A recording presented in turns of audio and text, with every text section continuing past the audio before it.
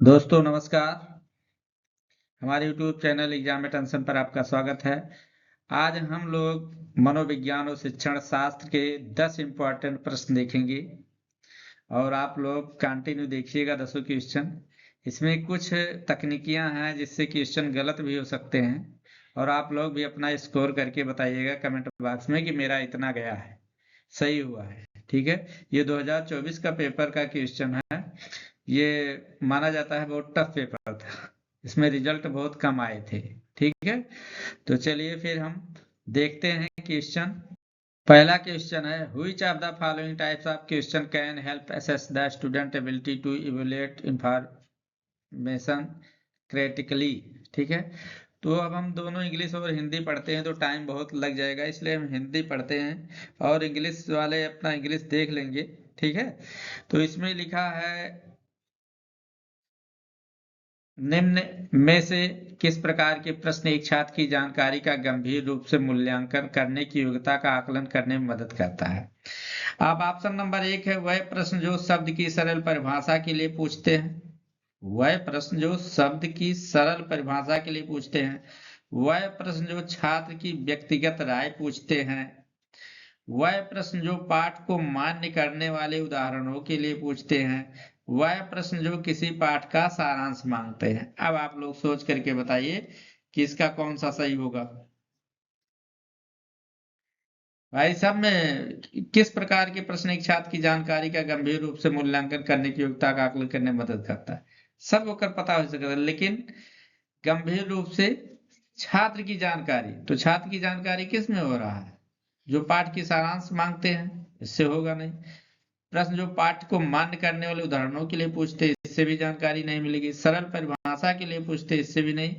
तो छात्र की व्यक्तिगत राय से पूछते हैं। ठीक है, इसलिए इसका उत्तर ये सही होगा। ठीक, अगला प्रश्न देखते हैं फिर। इसमें प्रश्न में है बाध्यता एक स्थिति है जबकि अक्षमता एक स्थिति है। अब इसमें दोनों में खाली जगह इसको भरना है। तो जैविक, कार्यात्मक, कार्यात्मक जैविक, क्रियात्मक शारीरिक, सामाजिक, मनोवैज्ञानिक। तो जो इम्पेयरमेंट है ये एक जैविक होती है और डिसेबिलिटी जो होती है कार्यात्मक होती है, इसलिए इसका ऑप्शन नंबर 1 सही हो। ठीक है, अगला प्रश्न देख लेते हैं। निम्नलिखित में से कौन सा कथन संज्ञान और भावनाओं के बीच के संबंध को उपयुक्त रूप से परिभाषित करता है? ऑप्शन नंबर 1 है संज्ञान और भावनाएं दोनों स्वतंत्र प्रणालियां हैं। भावनाएं और संज्ञान आपस में एक दूसरे पर पारस्परिक रूप से निर्भर करते हैं। संज्ञान भावनाओं को प्रभावित करता है लेकिन इसका विपरीत सत्य नहीं है। भावनाएं संज्ञान को प्रभावित करती हैं लेकिन इसका विपरीत सत्य नहीं है। अब देखो, सब में संज्ञान है भावनाओं को प्रभावित, लेकिन इसका विपरीत सत्य नहीं है। भावनाएं संज्ञान को प्रभावित करती है लेकिन इसका विपरीत सत्य नहीं है। ठीक है, दोनों में विपरीत है, सिंगल सिंगल है। और संज्ञान और भावनाएं दोनों स्वतंत्र प्रणालियां हैं, तो ना तो स्वतंत्र हो सकते हैं संज्ञान और भावनात्मक, ना तो उसके विपरीत हो सकते हैं। ठीक है, लेकिन एक दूसरे के क्या हो सकते हैं?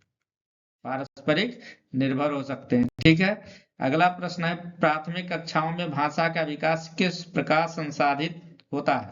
जब शिक्षक अमूर्त अवधारणाओं को संदर्भित करने के लिए ठोस उदाहरणों का उपयोग करते हैं। जब शिक्षक औपचारिक भाषा का प्रयोग पर जोर देते हैं और उसे लागू करते हैं। जब शिक्षक बच्चों की मातृभाषा की अवहेलना और उपेक्षा करते हैं। जब शिक्षक मूर्त वस्तुओं के बजाय संकेतों और प्रतीकों से शुरू करते हैं। अब बताओ इसमें कौन सा सही होगा? चौथे को बताओ ऑप्शन कौन सा सही होगा? जब शिक्षक अमूर्त अवधारणाओं को संदर्भित करने के लिए ठोस उदाहरणों का उपयोग करते हैं। ठीक है, बाकी सब आपके क्या है? गलत है। अगला प्रश्न है निम्नलिखित में से कौन सा आंतरिक अप्रेरणा का सही वर्णन करता है? अप्रेरणा जो बाहरी पुरस्कारों से आती है। अप्रेरणा जो कार्य के व्यक्तिगत आनंद से आती है। अप्रेरणा जो दूसरों के साथ प्रतिस्पर्धा से आती है। अप्रेरणा जो दंड के भय से आती है। तो इसका सही उत्तर हो जाएगा अप्रेरणा जो कार्य के व्यक्तिगत आनंद से आती है। ठीक है, अगला प्रश्न है निम्न में से कौन से आलंबन के उदाहरण बोल कर सोचना, संकेत और इशारे, प्रश्न, आधा हल किया हुआ उदाहरण, रटकर दोहराव। अब इसके 4 ऑप्शन दिए हैं, ये B, A B C, A B C D, A B C D E. कौन सा है बताओ? 5 है, 4 है, 3 है, 2 है, कौन सा होगा? अब इसमें देखो कौन नहीं होगा, सबसे पहले ये देख लो। बोल का सोचना सही है, संकेत इशारे सही, प्रश्न सही, आधार किया वो उदाहरण सही है, लेकिन रटकर दोहरा ये सही नहीं है।